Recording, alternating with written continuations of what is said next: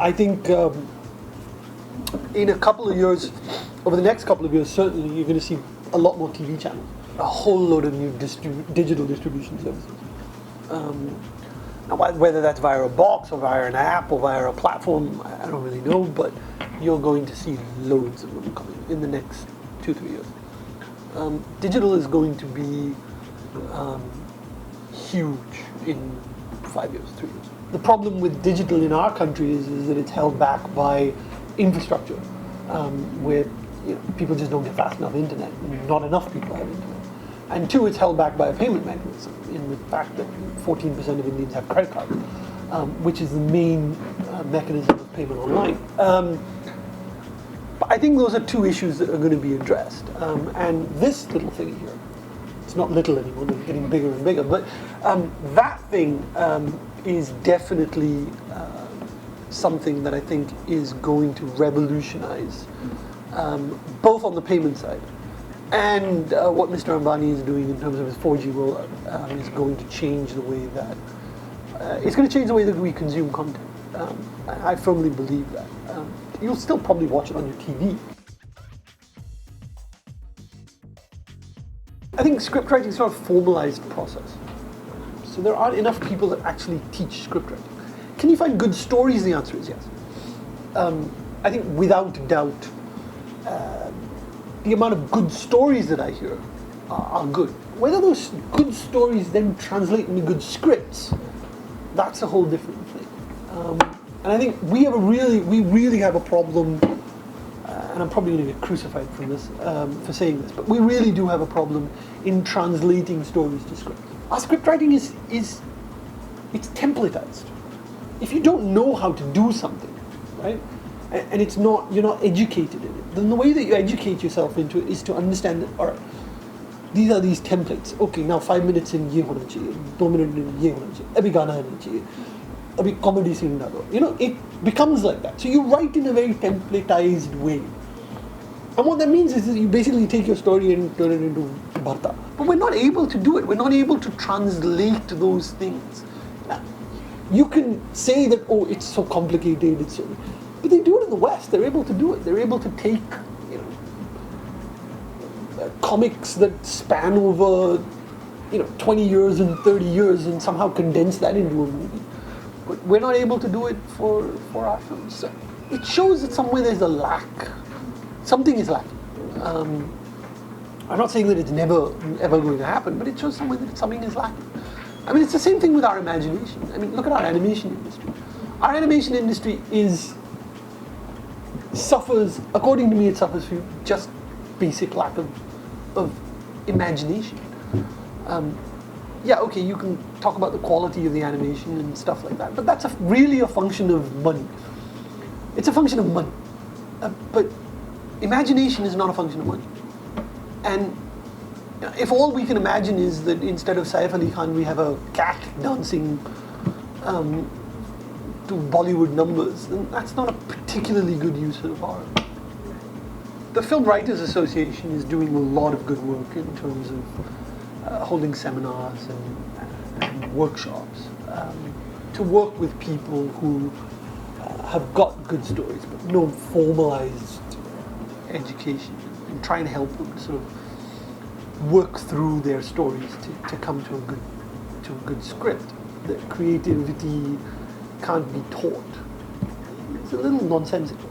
At the end of the day, creativity is just, there's creativity in everything that you do. It's just, if this is the box and everybody works within the box, creativity is just to think outside of it. That's all that creativity is. There's nothing else. Or if you move in one direction, creativity is to say, well, actually, rather than going in this direction, which is inefficient, let's just go in that direction. It's just a hell of a lot better. That's creativity. There are definitely some people that like the movie. But there's also definitely a large population of people that went and said, oh, Deepika, let's go watch the film. When we had parallel cinema in this country in the 80s, NFDC cultivated, both on the talent side, where they cultivated a hell of a lot of people that came through FTII, and on the economic side, where they went out to Cannes and Venice and Berlin and Toronto, and created a market where these films were sold. All right, they released theatrically in India as well, but maybe that wasn't the only place to do it. But they cultivated that. They cultivated a culture of being able to do that. Now nobody's doing it. Nobody cares. At the end of the day, a distributor, try and understand, it's a bit of a chicken and egg, right? If there's no market, for one distributor to say that, all right, I'm going to try and create the market, he needs deep pockets. So it needs somebody with a little bit of perhaps foresight or deep pockets to be able to say, I'm going to make that investment, I'm going to cultivate that market, I'm going to create that market, and that market will then start to pay off to me. I don't think any of the Hollywood studios that are here or any of our large Indian studios are interested in doing any of that. So I don't think that's going to happen. But what's wrong with the government doing it? They've done it before. If cinema is something of national importance, then you should give national importance to films that, quite frankly, are of national importance. And if they've won the national award, then doesn't that make it a national award-winning film? So shouldn't there be something to that? It's not like I'm not spending on promos. It's not like I'm not spending on hoardings. It's not like I'm not doing all of that stuff. I am doing all of that stuff. Now, I understand that if you go on a chat show, you sit down, you start talking about your movie. I get that. There's that opportunity. And there's an opportunity to get to know a star a little bit. Our stars are everywhere, quite frankly. There isn't a great deal of mystery to any of them. Comedy nights with Kapil is like... ITV. Everybody does comedy nights with Kapil. Everybody does comedy nights with Kapil. Every single television film that is releasing wants to do comedy nights with Kapil. I want somebody to do a research and tell me what that actually does for a film. What does it do for a film? It does nothing for a film. It's great entertainment for the people that like, if you like comedy nights with Kapil, it's great entertainment for them. But am I going to watch comedy nights with Kapil and say, Acha, okay, Abhishek Bachchan was very funny in that film. Now he's making a film which is a tragedy or a drama. I must go out and watch that film. No, this is a comedy show. It's a comedy show. I feel that there's a certain overexposure. Yeah. I feel a film should sometimes be a mystery. There should be an interest to go and watch the film. What is this film about? And you've started to see it. Whether you take a Bang Bang or you take a Happy New Year, the reality is that the collections aren't what was expected. And that's purely a function of content. It's purely a function of the consumers turning around and saying, okay, great, but what else? Which is a good thing. It's a good thing. You're starting to see that at least some of our consumers have at least got a discerning eye that, okay, it's great, it's colorful, it's exotic, it's full of energy, but seriously, what's the story here? That's a good thing. That's, in my opinion, that's a very good thing. It's a slightly meaningless club. Yeah. It's a slightly misleading, meaningless club. Because that's just box office. Box office doesn't mean anything. It's just the number of tickets sold into the price that the tickets have been sold for. It doesn't talk about entertainment tax which goes away. It doesn't talk about the fact that the distributor keeps half of that money. It doesn't. So the exhibitor keeps half of that money. It doesn't talk about the fact that the distributor will take his commission. At the end of the day, 100 crores, basically a producer gets about 27 of that. The rest he doesn't get. It's not his money. So it's a slightly misleading number anyway. I personally don't believe that anybody really gets swayed by the fact that X is a 100 crore movie. Do you base your decision to go and watch a movie on the fact that 100 crores? No, you don't.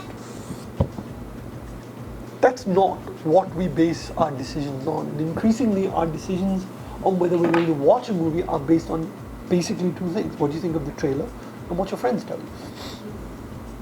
There's a certain cynicalness that's crept into all of us, where we don't believe reviews and we don't believe what's written in the paper, and we definitely don't believe what's coming in advertising. So, if the trailer sounds interesting, looks exciting, you'll go and watch it. Or if your friends tell you, oh, I watched that movie, I recommend it, you'll go watch it. So that, perversely, there's almost a trend today where everything is about the internet. Because now everything is about referrals, everything is about this sort of word of mouth and stuff like that, everybody wants to be on the internet. So I really think that you're going to start to see, I mean, we've already started to see, I mean, there are guys that are internet stars, right? Whether that's AIB or the East India Company in terms of comedy, but I mean, you don't even have to go that far. There's always been a logic, and the logic is I'm big on television or I'm big on film, I'm come back to digital, and all of a sudden, I get some traction. This is the other way around. Yeah, Poonam Pandey has built her identity on the internet. And now all of a sudden she's off signing films. Okay, they're not particularly good films, but whatever it is. She's signing films and cutting ribbons and, doing, making a career for herself, carving out opportunities for herself based on the fact that her brand was created on the internet. Now that's what I call an internet star. Kamal Al Khan, he made one movie, went on Big Boss, people hated him and stuff like that, but now he just launched it. Celebrities are both ways, right? You can like them, you can hate them. I mean, Piers Morgan, for instance, on Twitter is a perfect example. I mean, this guy's got more followers than God. But half of his followers can't stand his guts. But they can't ignore it. And I think the internet is just that kind of tool. It's a tool that, you don't have to be a fan of somebody to follow them. Maybe you just want to fight with them. Twitter's it's a great resource to do that. So I do believe there are opportunities, there are great opportunities for this kind of branding to happen. And AIB have now gone from internet, and now they're doing stage shows, and who knows? Maybe tomorrow they might start a TV show, they might do a film.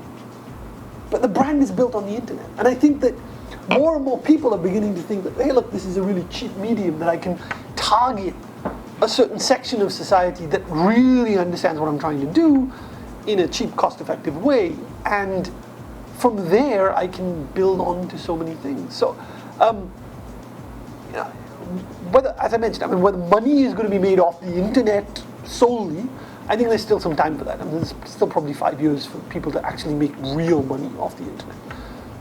But there's money to be made in creating a brand on the internet and then just taking that and moving it across platforms. There's money in that, for sure. Trying to understand what sells on the internet in terms of short formats. Obviously, we've all come to the conclusion that comedy does pretty well, right? So whether they're sort of jokey videos or they're spoofs or farces or whatever, we've all come to this conclusion that comedy does pretty well. I don't think beyond that we've come to any conclusion on what sells on the internet. So I think there's still a period of discovery where people are going to come up with certain creative content. We're currently in discussions with YouTube about partnering with them on content creation and education. I think there are two things. I mean, it's not a separate skill. If you're a writer, you're a writer. And then it's a question of understanding the format. Right? You should be able to cross between formats, and you see it all the time. The people are able to do that. It's a question of understanding. Do you understand that format? I think a lot of our writers don't. But I think if a lot of them do put their minds to it, a lot of the good ones, there's no reason why they can't do it. At the moment, my priority is very much the cinemas business. I've made certain commitments to investors in terms of numbers of screens, and I've tied up those properties. Those properties are sitting with us, so I do need to finish those properties. So yes, I think for probably the next 6 months, my main focus will be that, ensuring that we do finish those properties. However, it's not that I'm not meeting potential directors or potential filmmakers. I still am. And it really depends on what sort of stage those films come to us as to when the next project will start. So, I mean, if I get a ready project, ready proposal, actors are there, directors are there, dates are there, it could start in 3 months. On the other hand, if it's just a story outline or just a script outline and it needs to be developed, it could take more than that. So, I don't think the focus is shifting, but the priorities at the moment are focused on cinema.